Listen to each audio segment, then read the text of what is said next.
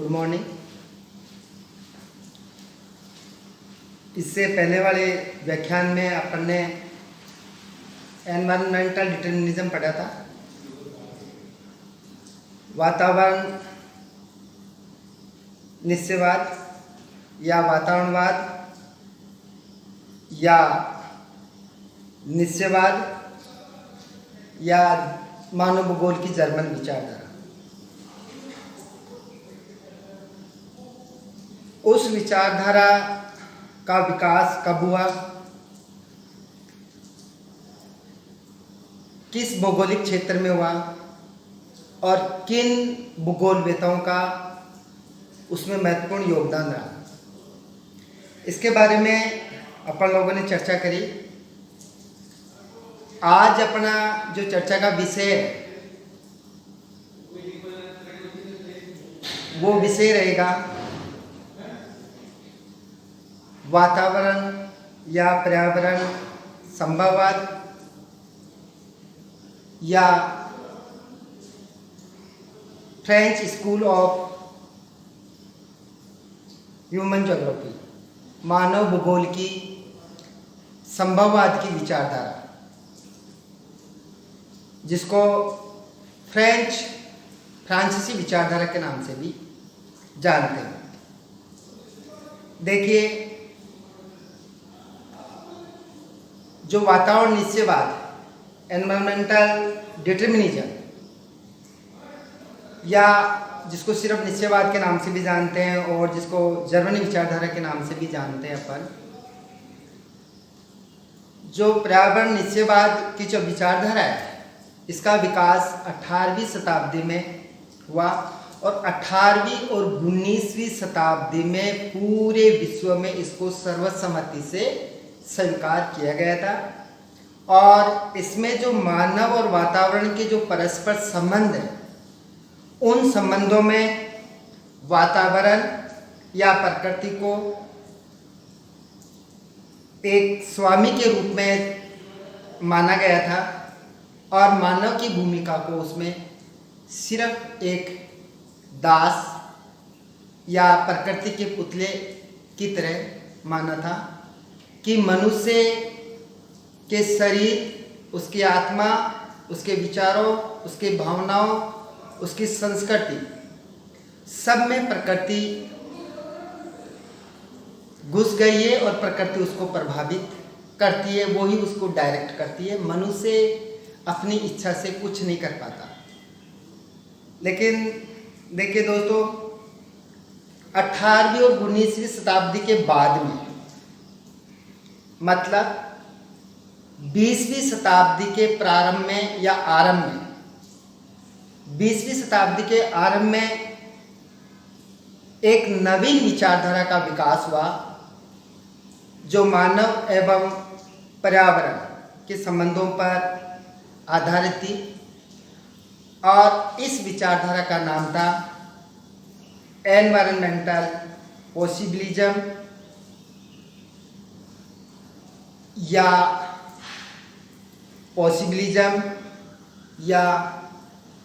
French school of human geography, मतलब वातावरण या पर्यावरण संभववाद या मानव भूगोल की फ्रांसीसी विचारधारा।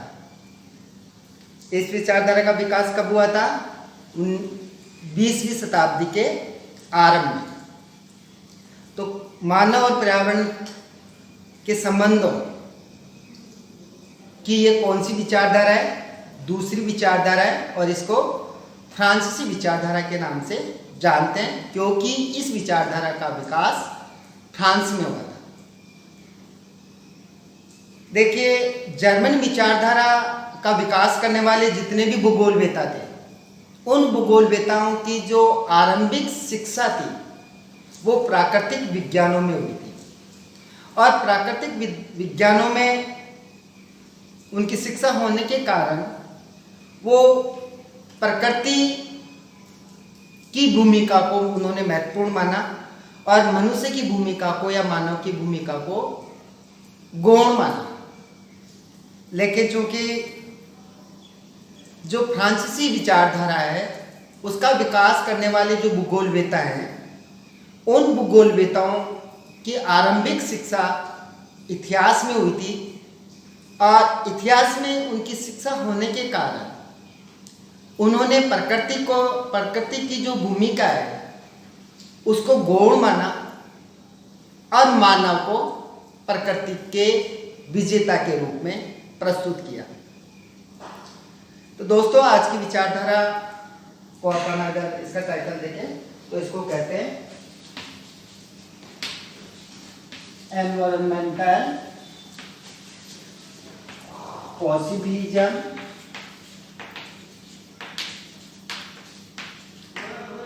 या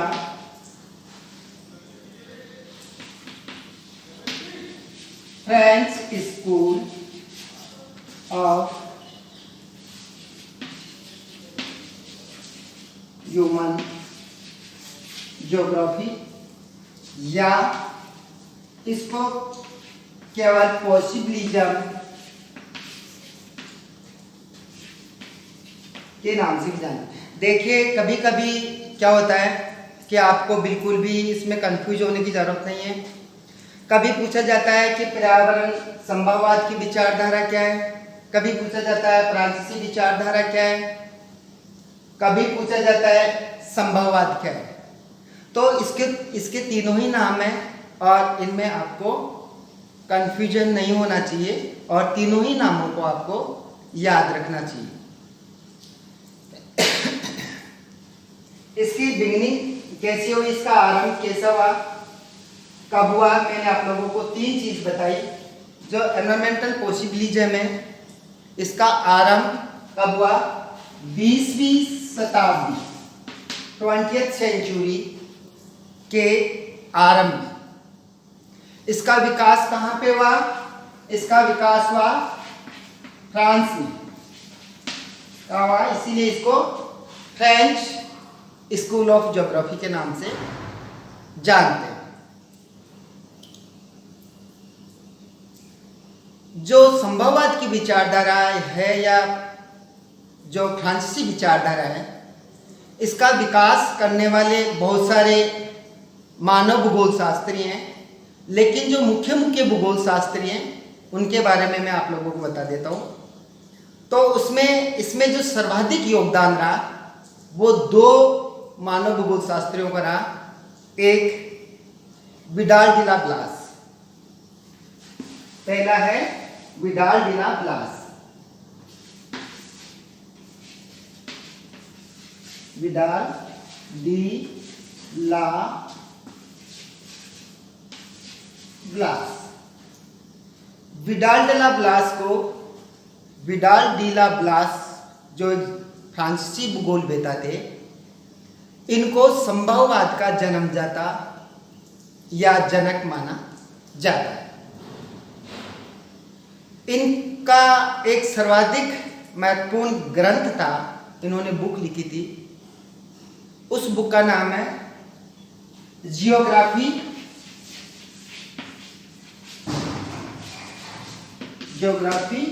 यूनिवर्सल।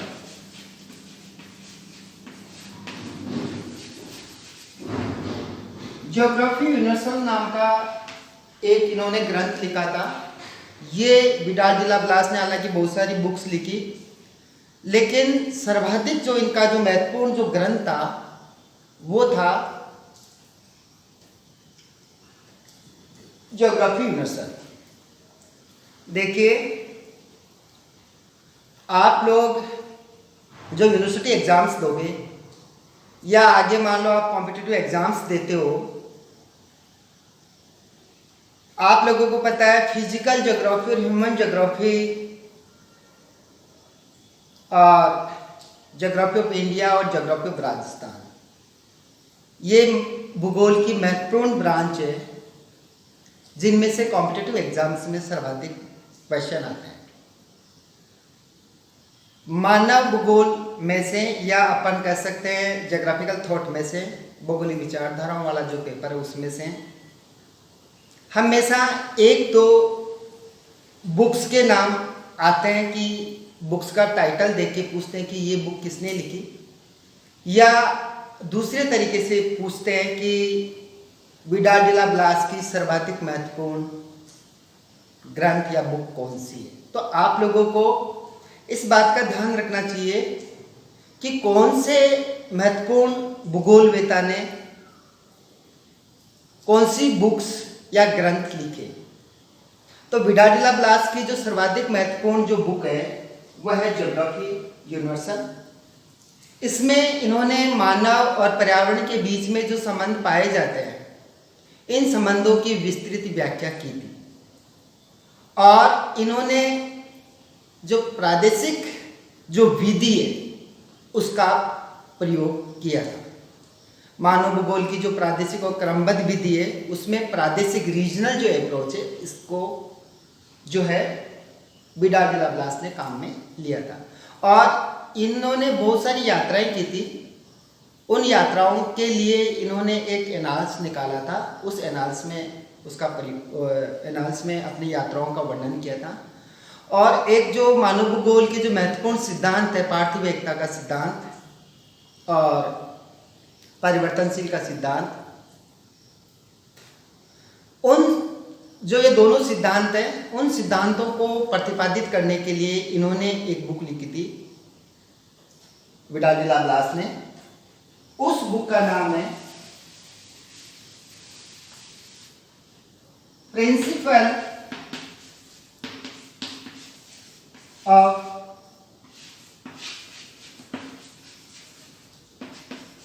Human geography. आप कि जैसे पूछ सकते हैं कि मानव भूगोल के या विडाल डिला ब्लास ने जो 6 सिद्धांत दिए थे उन सिद्धांतों का वर्णन कौन सी ग्रंथ में बुक में किया था। तो आप लोगों को याद रखना चाहिए कि प्रिंसिपल ऑफ ह्यूमन ज्योग्राफी ये जो है जर्मन भाषा में फ्रेंच लैंग्वेज में इनकी ये बुक थी। विडाल डिला ब्लास के अलावा जो दूसरे सबसे महत्वपूर्ण भूगोलवेता हैं जिन्होंने संभववाद या संभावनावाद का जनक माना जाता है या उनको भी पिता माना जाता है वो है फेब्रे।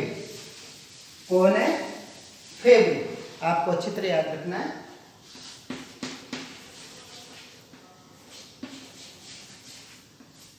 हिंदी में लिखेंगे इसको फेब्रे।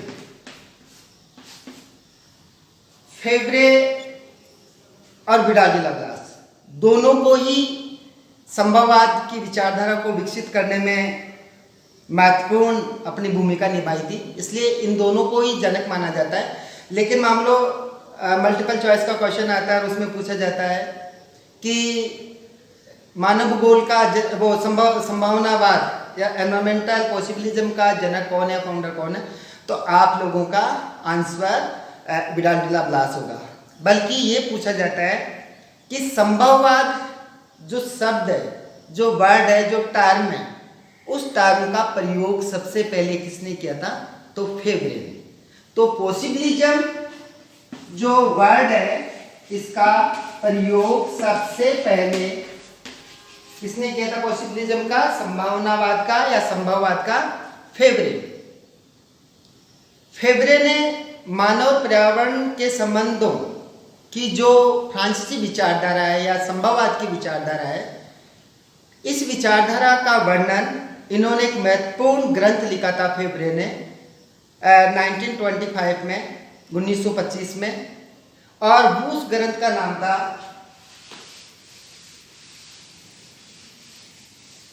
Geographical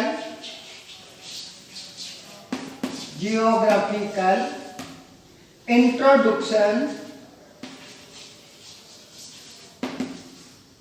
to history.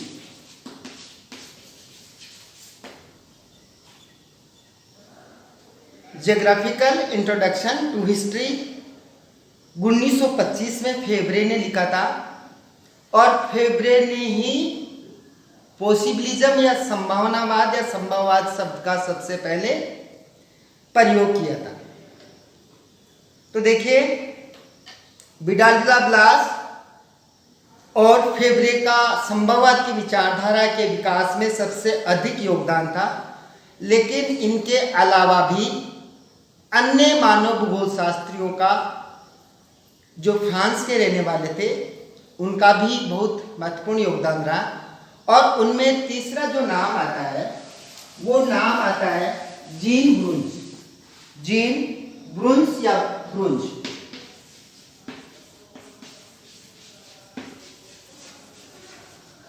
जीन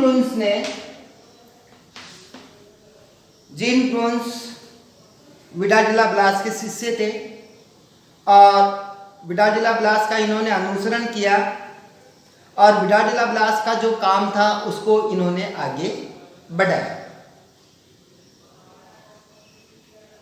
इन्होंने भी एक महत्वपूर्ण बुक लिखी, उसका नाम है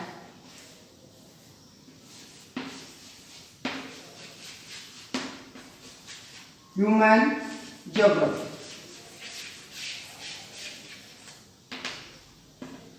ह्यूमन ज्योग्राफी क्योंकि इसको HUMN नहीं लिखते बल्कि HUMNI लिखते हैं क्योंकि ये फ्रेंच वर्ड है इसलिए, और इनकी बुक फ्रेंच लैंग्वेज में थी, इस वजह से ज्योग्राफी ह्यूमन ज्योग्राफी नामक इनकी बुक थी। और इन्होंने भी जो है संभववाद की विचारधारा को आगे बढ़ाया।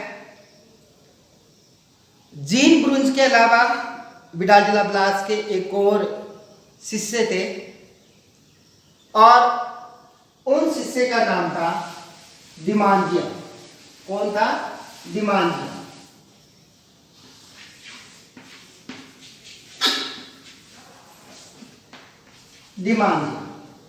दिमांजिया जो है ये भी फ्रांसीसी विचारधारा या फ्रांस के रहने वाले थे और संभववाद की विचारधारा को इन्होंने आगे बढ़ाया। और इनका जो ग्रंथ है जिसके अंदर मानव और वातावरण के संबंधों की विस्तृत चर्चा करी इन्होंने, उस ग्रंथ का नाम है प्रॉब्लम दी ह्यूमन ज्योग्राफी।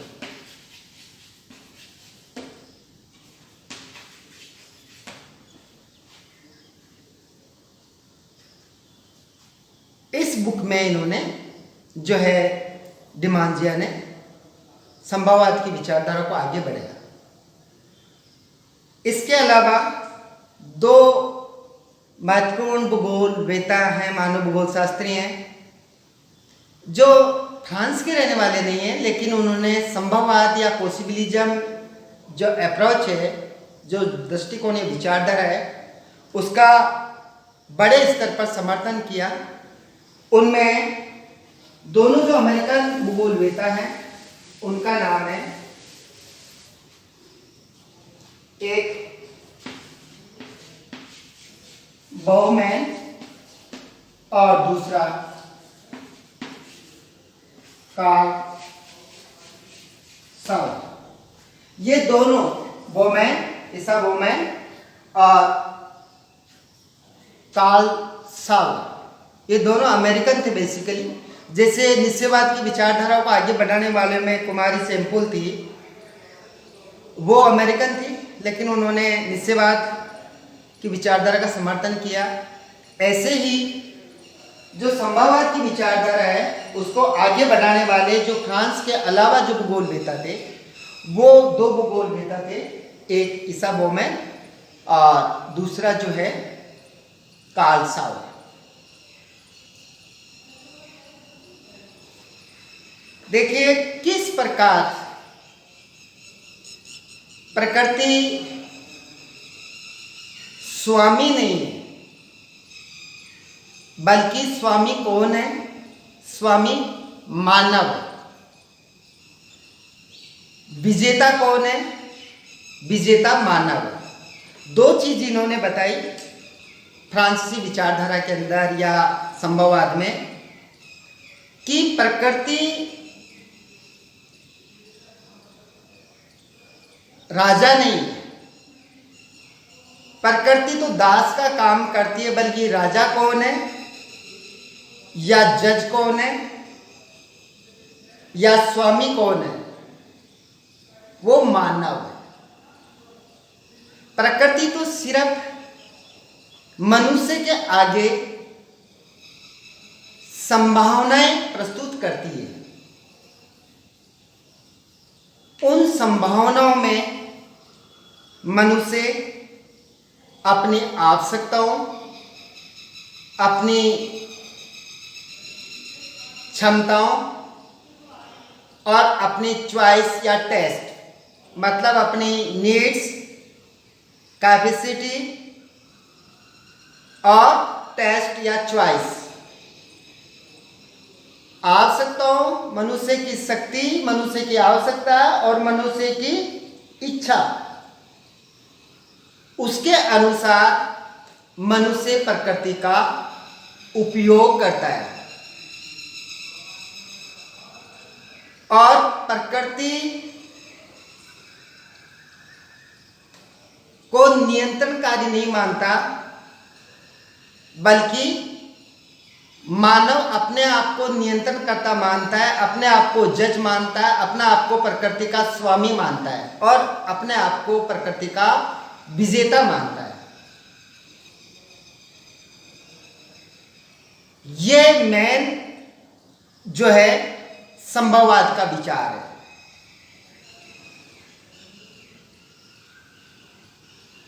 किस प्रकार मनुष्य प्रकृति का विजेता है, इसको अपन कुछ उदाहरणों के द्वारा समझ सकते हैं। जैसा अपन सबसे पहले बात करें,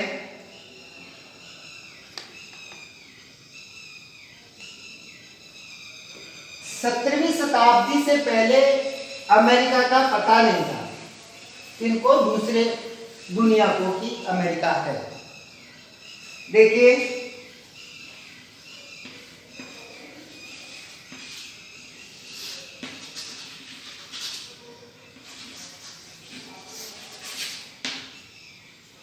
लेकिन कोलंबस ने जब खोज करी अमेरिका की, तो जो यूरोपीय जो लोग हैं, ये लोग कहाँ माइग्रेट किए? यूएसए। वहाँ उन्होंने जाके देखा कि वहाँ की जलवायु और मिट्टी गेहूं, कपास, मक्का, चुकंदर के लिए बहुत अच्छी है, जलवायु और मृदा। तो उन्होंने बहुत बड़े पैमाने पर मक्का, कपास, गेहूं, चुकंदर का उत्पादन किया। लेकिन देखिए, जलवायु और मृदा पहले भी यूरोपियन लोग गए थे, उससे पहले भी वो ही थी, लेकिन सिर्फ उनको ज्ञान नहीं था, उनकी क्षमता नहीं थी, इसलिए वो उसका प्रयोग नहीं कर पाए। और यूरोपियन जब गए थे, उससे पहले यहाँ पर अमेरिका में रेड इंडियंस लोग रहते थे। रेड इंडियंस जो लोग हैं वो कृषि नहीं करते थे, बल्कि वो एक तरह से ट्राइब्स का जीवन व्यापन करते थे और वो शिकार वगैरह से या जो है कंदमूल से अपना जीवन निर्वाह करते थे। लेकिन मनुष्य जैसे ही गया, यूरोपियन लोग जैसे ही गए, यहाँ पर हायर लेवल पर जो है गेहूं, चुकंदर का उत्पादन प्रारंभ किया। दूसरा, पहला उदाहरण हुआ। दूसरा उदाहरण देखिए, जैसे अपन जो है राजस्थान का ही लेते हैं। राजस्थान के अंदर देखिए, वेस्टर्न राजस्थान में ये पूरा ही, यहाँ पर मरुस्थलीय दशाएं पाई जाती है, पानी की बहुत कमी पाई जाती है, ग्राउंड वाटर ही बहुत कम है। लेकिन इस उष्ण शुष्क प्रदेश में गंग नहर, इंदिरा गांधी नहर आने के बाद में यहाँ पर बहुत बड़े स्तर पर कृषि उत्पादन होने लग गया। इसी प्रकार जो शीत प्रदेश है, वहां पर उष्ण कटिबंधीय क्षेत्र की फसलों का उत्पादन होने लग गया। किसकी वजह से होने लग गया? पॉली हाउस या ग्रीन हाउस के द्वारा। ऐसे ही देखिए, पश्चिमी राजस्थान में लोगों का रहना बहुत दुर्लभ है, मतलब बहुत कठिनाई पूर्ण है। लेकिन मनुष्य ने यहाँ पर प्रशीतक मतलब एसी, रेफ्रिजरेटर्स का प्रयोग करके और यहाँ की जो जलवायु है उसको अपने अनुकूल इन्होंने बना लिया। ऐसे ही जो निश्चयवादी जो विचारक है या मानव भूगोल वेता है, उनका विचार था कि अकबर के काल के अंदर भारत में गर्मियों में सिर्फ जो मेहमान आते थे उन्हीं को आलू की सब्जी खिलाई जाती थी, क्योंकि आलू गर्मियों में खराब हो जाता था। लेकिन देखिए, अभी चाहे कोई भी हो, सब आराम से गर्मियों के सीजन में भी आलू की सब्जी खा रहे हैं। क्यों? क्योंकि जो ऐसी है या शीत गृह भंडार है, उनका विकास मानव ने, उनका जो है जो फसलें सर्दियों में पैदा होती है उनका भंडारण आसानी से गर्मियों में किया जा सकता है। जबकि कोई टाइम में अकबर के काल में सिर्फ मेहमानों को ही, जो खास होते थे राजा के, उन्हीं लोगों को आलू की सब्जी मिल पाती थी। इसी प्रकार देखिए, कोई टाइम में यह होता था कि दूध का प्रयोग वो करेंगे जहां पर दूध उत्पादन होता है, फ्रूट्स का उपभोग या उपयोग वो कर पाएंगे जहां पर फलों का उत्पादन होता है। लेकिन मनुष्य ने बड़े स्तर पर, लार्ज स्केल पर परिवहन के साधनों का विकास किया है, जैसे सड़क, रेल, एयर ट्रांसपोर्ट, वायु परिवहन, जल परिवहन। इसके कारण अगर विश्व के एक तरफ कोई प्रोडक्शन होता है तो उसको उसके अंतिम छोर तक आसानी से पहुंचाया जा सकता है या जाता है। इसी प्रकार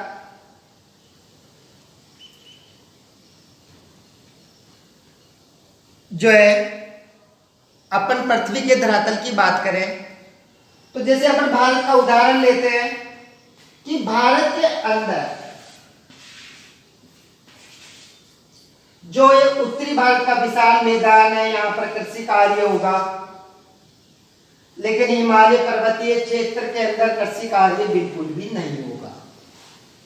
या मान लो जो सतपुड़ा पर्वत है, विंध्याचल पर्वत है, विंध्याचल है, सतपुड़ा है या अरावली पर्वत है, मतलब पहाड़ी क्षेत्रों के अंदर कृषि कार्य संभव नहीं है निश्चयवादी विचारधारा के अनुसार।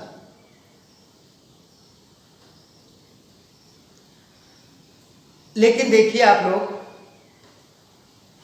जो नॉर्थ ईस्टर्न स्टेट्स है भारत के, आसाम, अरुणाचल, नागालैंड, मिजोरम वगैरह, या थोड़ा बहुत वेस्टर्न जो बंगाल, पश्चिमी बंगाल को भी इसमें मानते हैं, या पश्चिम बंगाल का जो है ईस्टर्न पार्ट, यहां पर पहाड़ी क्षेत्र होने के कारण कृषि कार्य संभव नहीं है। लेकिन मनुष्य ने अपनी तकनीकी ज्ञान के कारण और अपने मेहनत के कारण, बुद्धि और शारीरिक शक्ति के कारण यहां पर जो पहाड़ी क्षेत्र है उस पहाड़ी क्षेत्र को इन्होंने समतल करके और यहां पर जो है सीढ़ी नुमा खेत बना के और वर्तमान में बहुत बड़े स्तर पर चाय की खेती यहां पर की जाती है। तो निश्चयवादी विचारधारा के अनुसार सिर्फ यहाँ का काम क्या था? यहाँ का काम था जो है शिकार, क्योंकि यहाँ पर घने जंगल पाए जाते हैं, लेकिन यहाँ पर सड़कों का जाल बिछाकर और पृथ्वी के धरातल को समतल कर कर या सीढ़ीनुमा खेत बनाकर यहाँ पर बहुत बड़े स्तर पर चाय की खेती की जाती है या की जाने लगी।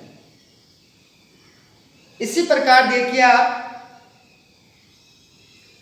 कि प्रारंभ में जो नगरों की स्थापना होती थी, नगरीय बस्तियों की या बस्तियों की, वो नदियों के किनारे होती थी, क्योंकि पानी चाहिए जीवित रहने के लिए। लेकिन वर्तमान में देखिए नदियों से बहुत दूर जो नदी घाटियां, उनसे जितनी भी प्राचीन सभ्यताएं उनका विकास हुआ वो सारी की सारी नदी घाटियों में।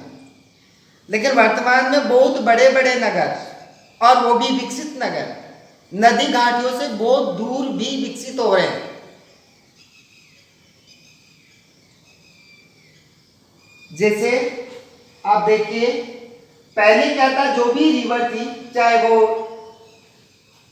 सिंध रिवर हो, चाहे गंगा रिवर हो, चाहे वो हांगो हो, चाहे वो यांगटीसी कांगो हो, चाहे वो मिशिया की नील नदी हो, लेकिन वर्तमान में नदियों से बहुत दूर भी बस्तियां आसानी से विकसित हो रही है और वहाँ नगरीकरण बड़े स्तर पर और औद्योगिकरण जैसी क्रियाएं बहुत बड़े स्तर पर हो रही है। व्यवसाय की अपन बात करें तो देखिए पश्चिमी राजस्थान निश्चयवाद के अनुसार क्या है कि जो मरुस्थलीय प्रदेश है, मरुस्थलीय प्रदेश में अंदर क्या होगा, जैसे यहाँ पर थार डेजर्ट है तो पानी की कमी है, चारे की कमी है, तो क्या होगा यहाँ पर जो है पशुपालन मुख्य व्यवसाय होगा मनुष्य का। और पशुपालन भी कैसा होगा, घुमक्कड़ टाइप का, कि वो चारे की खोज में अपने पशुओं को दूसरी जगह ले जाते हैं गर्मियों के सीजन में, और जब बरसात हो जाती है उसके बाद में वो वापस अपने निवास क्षेत्र में आ जाते हैं। लेकिन देखिए आप लोगों को पता होगा पश्चिमी राजस्थान के अंदर पेट्रोलियम और गैस की खोज करके, कोयला पेट्रोल गैस की खोज करके यहाँ पर जो है पेट्रोल गैस और कोयला के उत्खनन में बहुत बड़ी जनसंख्या जो है लगी हुई है, जबकि वास्तव में इनका क्या व्यवसाय होना चाहिए, इनका भेड़ बकरी ऊंट पालन इनका मुख्य व्यवसाय होना चाहिए। लेकिन जो प्रकृति है, प्रकृति ने जो संभावनाएं दी है, उन संभावनाओं की सीमाओं में